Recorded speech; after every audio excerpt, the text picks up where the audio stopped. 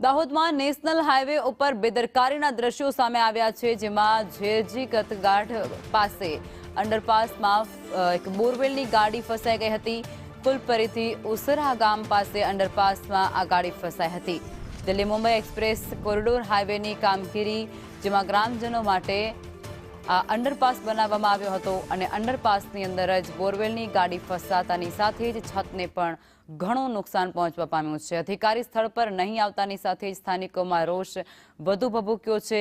સંવાદદાતા હેમલ અમારી સાથે જોડાઈ ગયા છે। હેમલ, શું છે વધુ વિગતો?